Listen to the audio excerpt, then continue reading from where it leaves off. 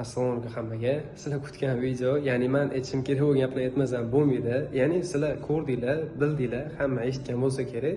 Ya'ni Doniyor Qayumov bilan bo'lgan o'rtamizdagi poyga.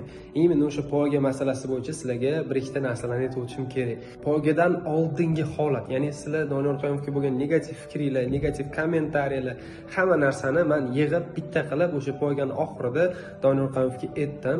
Bu narsa chetdan qanaqa ko'rinishini sizlarga ko'rsatib berish maqsadida qilingan narsa bu xolos.